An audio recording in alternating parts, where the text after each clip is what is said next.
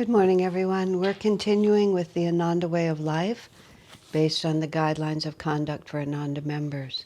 For those of you who actually may have in your hands this booklet, it actually begins, as I mentioned at the beginning, with what's called the Way of Ananda Sangis, which Swami didn't write until 2003. And this was the guidelines for members was written in the early 80s. But they really are linked. I mean, it just took time for Swami to put everything onto paper.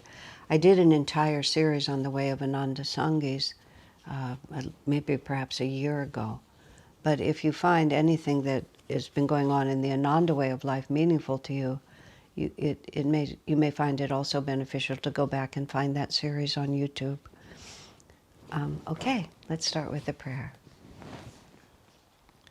Heavenly Father, Divine Mother, friend, beloved God, Jesus Christ, Babaji Krishna, Lahiri Mahashaya, Swami Sri Yukteswar, beloved Master Paramahansa Yogananda, saints of all religions, dearest friend Swami Kriyananda, humbly we bow to you all.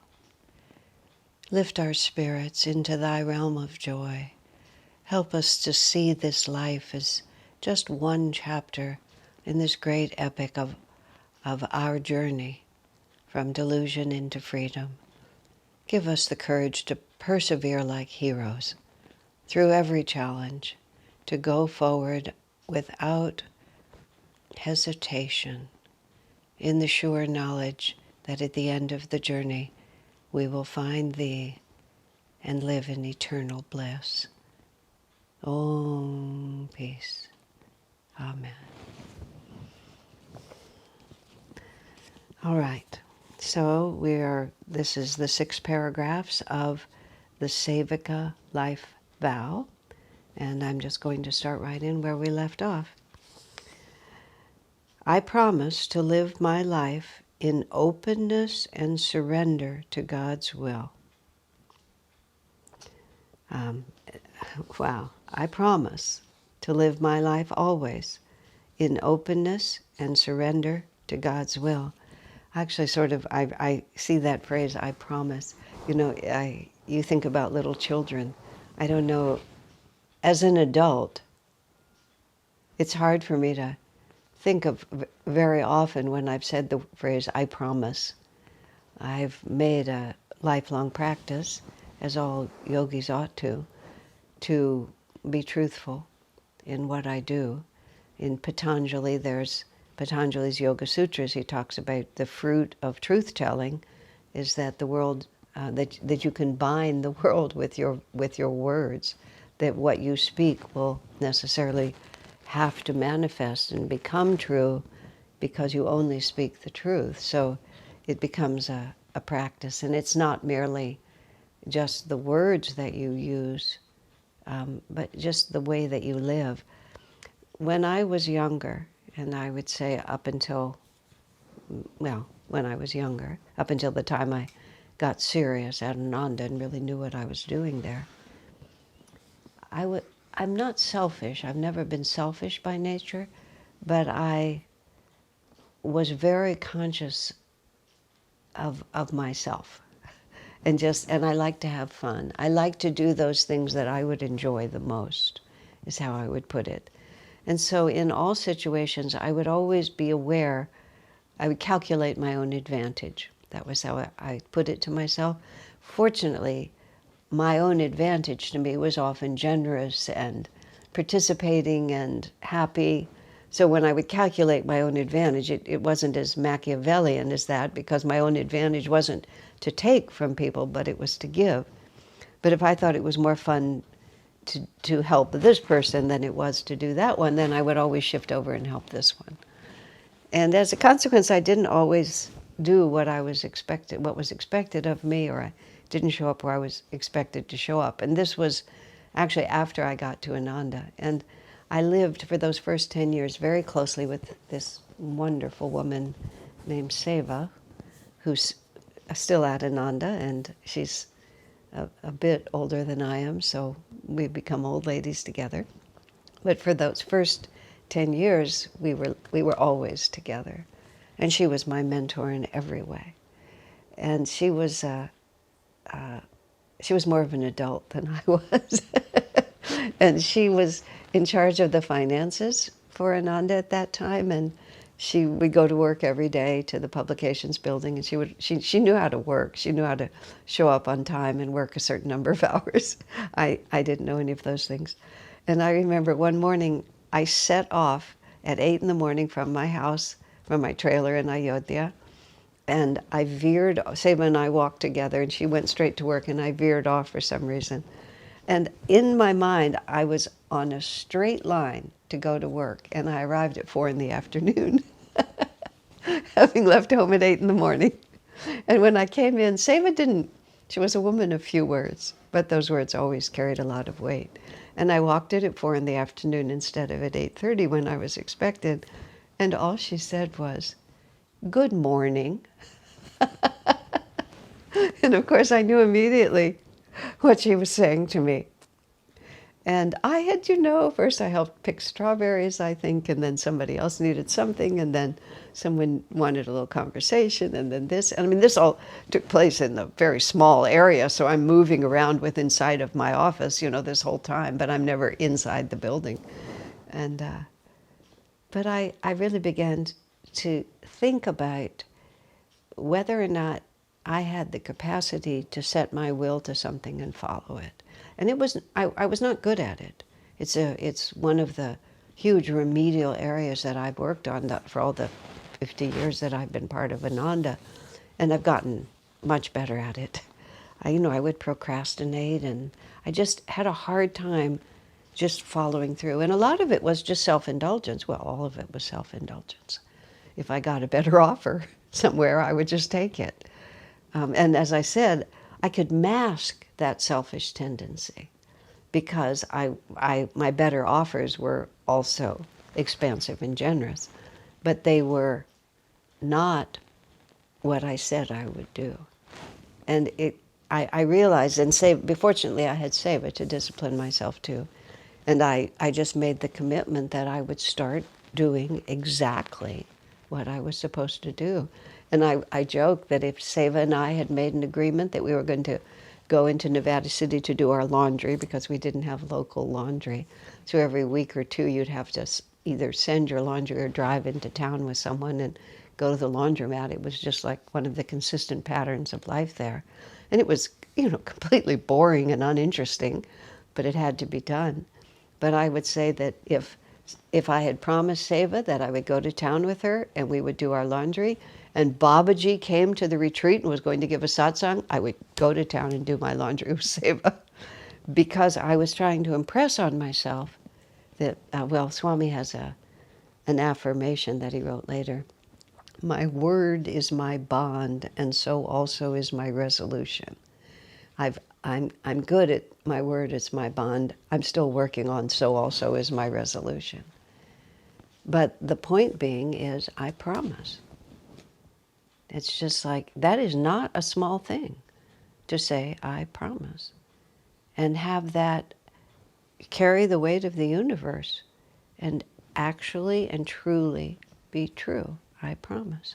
Swamiji said it's so important that even if you, say you're going to go to town, going to town used to be a big thing at Ananda Village, so it was often an example. If you say you're going to town and then something happens and you may not need to go, you should at least consider very carefully whether you should still go merely because you said so. Now, of course, common sense has to be acted out here, and it depends on whether or not my word is my bond, and so also is my resolution. And we should also then be very, very careful about what we say, and very, very careful about what we promise to others. And think about the words, because you want to have power. If you often speak and don't mean what you say, then you just your words just lose energy. I think yesterday I was talking about sincerity, and I know, because every time I speak about Swami, I often emphasize this. He meant every word that he said. And it was so natural to him that you wouldn't even think about it. But over time, when you were in association with him, among countless reasons why he had such a powerful effect on us, was, among countless reasons, was it was absolutely trustworthy. That you could just believe him. You didn't have to feel that you were second guessing and that you couldn't tell what was going to happen tomorrow. I, by the grace of God, had a wonderful upbringing. And so these things are things that I only know from other people telling me. But a woman friend of mine wanted me to help her with something. But what she wanted me to do, it wasn't, I couldn't do it. I think it may have been that it couldn't be done. But whatever it was, I couldn't do it. And she really wanted me to do it. And she asked me, and then we talked. We were on the phone. She talked a little bit more, and then she brought it up again. And then we were talking about other things, and she came back to it. I finally became somewhat exasperated, and I said, why don't you believe me? If I could, I would, but I can't. And I've already said that 3 or 4 times. Why do we keep coming back to it? She sort of caught herself and said, she was raised by a mother who was an alcoholic. And she said she never knew what her mother was going to say. And often when she wanted something, if she just kept coming back and asking for it again, her mother would just shift, completely unreasonably. But her mother would shift because she never knew what her mother was going to do. Oh my God, my heart just broke for her.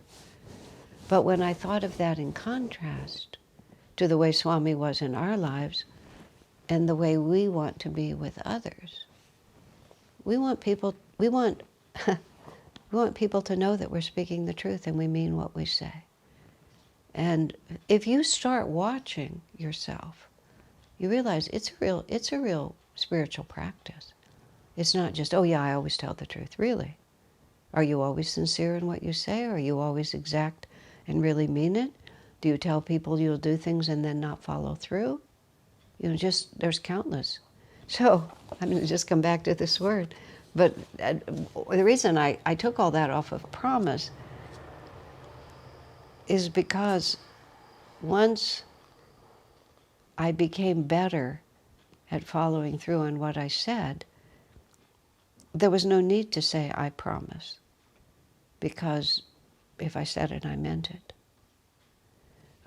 But I was also thinking about, for this, who am I promising this to? That was also a question. We have invoked all the masters, so presumably we're standing in front of all the gurus, and we're saying, I promise. And it's interesting to me, in light of what I just said, and this is why some people are afraid to take vows, I promise to live my life always in openness and surrender to God's will. There's no equivocation there at all. Well, I guess before I was talking about to unconditionally to God, I promise to live my life always in openness and surrender to God's will. I guess what I would say in being able to say that and mean it is, even if I mess up, I'll come back. That we don't make a vow for something if it's already effortless for us to do it.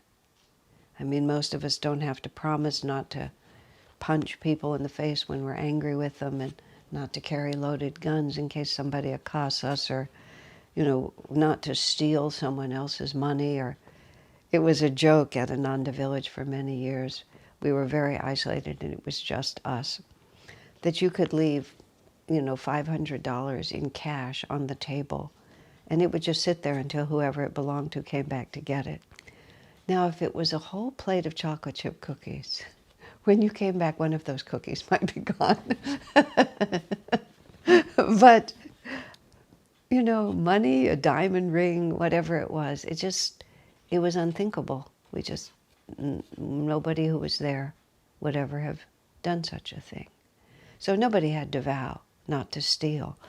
But you can imagine environments in which people are transitioning from just selfish, I'll take it for myself, maybe they have had an addiction problem or whatever it might be, but they have to vow, not to take that which is not mine, that which I have not earned. And you could see how it could be a discipline. But you would still make that promise, because the promise is that this is my value, and this is my my pole star. So we might get lost and be, navigating our ship in the wrong direction, but because we've made this promise, it will pull us back. Just as I was saying, when you always tell the truth, your words have a binding effect on the universe. This is interesting because Christ in the Bible says to his disciples, if you say it so, the world will be bound by that. If you say if someone is healed, they will be healed. And he was actually speaking like Patanjali's Yoga Sutras, if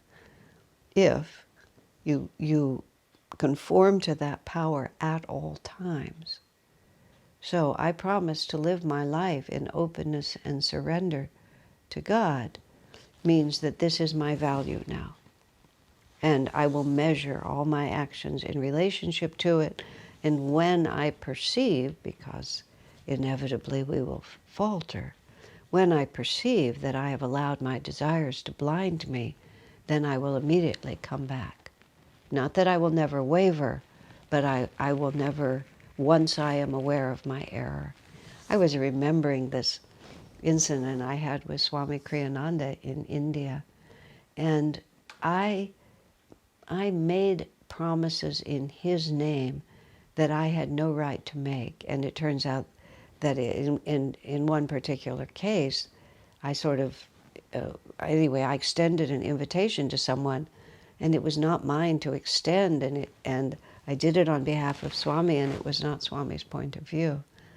And I just created this huge snarl, and it was complicated to unwind, and there was, I won't say permanent damage, but there was some long-range damage from my actions. It was bad to have done. I was staying with Swami in India, in his house, and I didn't drive in India, but there was a car and a driver that we sometimes had access to. And I had arranged to have access to that car and that driver because I wanted to go shopping at the mall. And that might sound like a little thing, and it is and it was, but in the context, there was this tiny window when I could go shopping at the mall because I could have the car and blah, blah, blah. And I love to shop in India for clothes.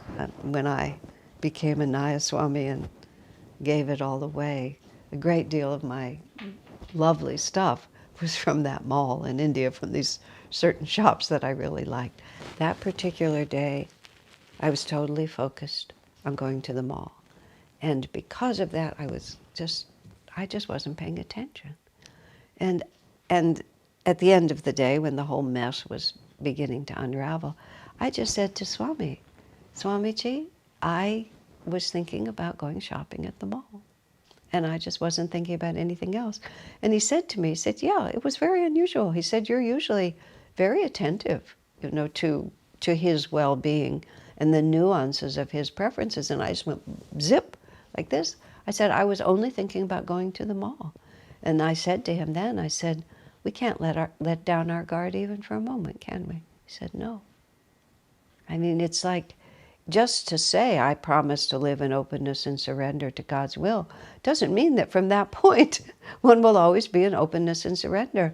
We have to always pay attention, not to be paranoid so that we become what the Catholics call over-scrupulosity, where you just are afraid to move, but you do have to pay attention. And I could feel it that whole day. I could feel my obsessive interest in getting to the shops, my favorite shops. It was quite something, but as soon as I saw what happened, I just went back to center, tried to be as careful as I could be. I mean, it wasn't a small incident. It was actually quite a large incident for many, many reasons. But I took total responsibility. It was interesting. Someone else, for reasons I don't know, was trying to shift the blame for the mess onto someone else. And I finally had to argue with them. No, actually, it was me. I was the one who did it. And that's also how you do it, which is you fail. You just fail. But once you know you fail, you don't put out the slightest energy to justify yourself. It was just like, yeah, it was me, and that was that. And that's how you keep your promise, not by never faltering, because I have to make this a vow, because this is not automatic for me. But it's the right size vow. And see, that's what we have to look at. We have to be realistic. We're starting with the life vow. There's also the novice vow. Then there's the sadhaka vow. You know, we move down until we are at the place where the costume is too big, but not so much too big that we can't wear it. And then for a while we have to keep the sleeves rolled up. But gradually over time we can unroll the sleeves because we become the same size as the vow.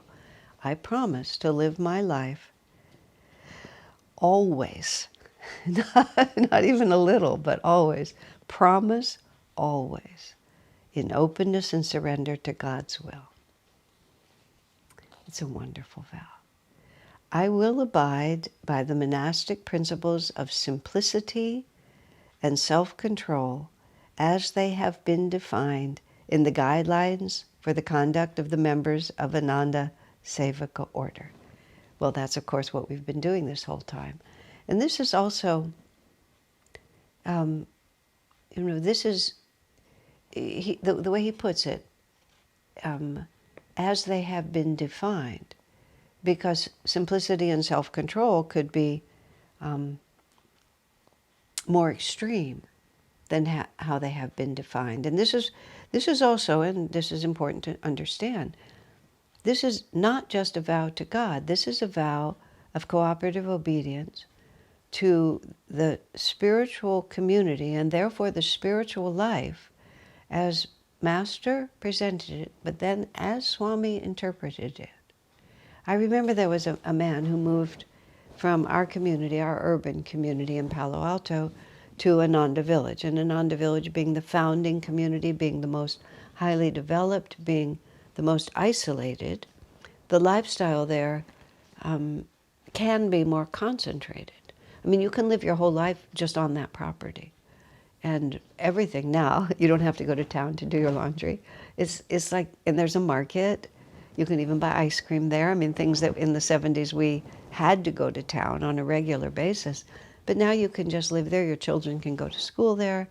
It's just, you can just stay right on that property. So, and the life used to be, now it's quite comfortable, but, houses were smaller and in some cases more rustic, depending on where you lived. And so you could live the austerity, the idea of spiritual austerity, much easier. Here where I live, in a matter of 1 minute, you can walk off the property. And in a matter of 10 minutes, you can walk to a major intersection where there's everything, everything that you want. Palo Alto, which is a very refined and actually a splendid area to live in. The people are highly energetic, very creative, very good with money. For the most part, they have very good taste. They have refined interests. And my joke was always that, especially when people would come to visit here from Ananda Village, I would say any worldly desire that you have can be fulfilled within 10 minutes of this ashram. I mean, even 10 minutes walking, what to speak of getting in a car. So the opportunities are all around us, and you step out of the vibration just in 1 minute walking. And you're off our property, you're out of our vibration, which is one of the reasons we love living here, because when you step back on the property, you're in a strong Ananda vibration. But you go to Ananda Village, and you can, it's 1,000 acres, and you can really, plus it's rural, so you're isolated anyway. But this gentleman went up there, and immediately he was up there, and he was fasting, and he was following this diet, and he was getting up earlier than everyone else, and he was doing this, and he was doing that. And it was much more austere than the life in the community. He was an extreme character. I said to him, here's an idea. Why don't you just go with the program that's in place here? Why don't you find out what's happening here before you come in with your own ideas about how you're going to be a great yogi now that you're living here? And I'm not sure I was able to communicate because the individual didn't last within the ashram, but I wanted them to understand that what's happening at Ananda is very carefully thought out. And what Swami articulates here is very carefully thought out. And if one is going to align oneself by this kind of dedication with the Ananda way of life, it's appropriate to try to understand what the reasoning is behind that way of life. Because it's not accidental. Swamiji was channeling what Master wanted us to do. And so this phrase, which a person would just, read over, I've administered this vow many times to people. And there's a tendency, you think the operative word is, which they are, which is simplicity and self-control, but right after it, without even a comma, it says, as they have been defined in these guidelines. So what is Swami talking about? And of course, I've expanded the thought beyond just the few sentences that are written here by observing not only what Swami said, but how did he himself embody these values. Because when I was speaking to my extremist friend, he was not looking, he wasn't following the rest of the vows, which is trying to understand how these words are lived. It occurs to me that there's a third document I referenced at the beginning of it. It's the Way of Ananda Sangis. Now I'm working with the guidelines for membership. The guidelines for membership actually include the Way of Ananda Sangi now, even though they were written decades apart, they're combined now. But the third one was, and these are things that are also I've done class series on, is a new dispensation. And a new dispensation is a very small pamphlet. That doesn't mean I can't talk about it for days, but it's a very small pamphlet. And it's about attunement. And one of the things that Swamiji mentions in that pamphlet is that he has observed, and this was something he wrote, he says, I have observed over many years as a disciple that the devotees who grow the most are the ones who consciously seek to attune themselves to those who have more experience on the path. And those who come in and say, well, this is self-realization, so I am my own teacher, do not do as well as those who consciously attune themselves to those who have more experience. Now, of course, in the case of Ananda, we always had Swami Kriyananda. That respect extends to others. But to arrive on the scene, and instead of trying to understand how things are done here, I just carry my own little ideas and then try to enforce them on the situation. It's a free choice. It's a big world. A person can do what they want. But this particular vow says, as they have been defined. And therefore then, I try to understand. And it may be that after I understand, and should, I can create what really works for me. Swami called his book about Raja Yoga, The Art and Science. So the science is how it exists. The art is how I myself express it. But we start with, as they have been defined. So, my friends, I promise to live my life in openness and surrender, in keeping with simplicity and self-control, as Swamiji has explained it to us. God bless you.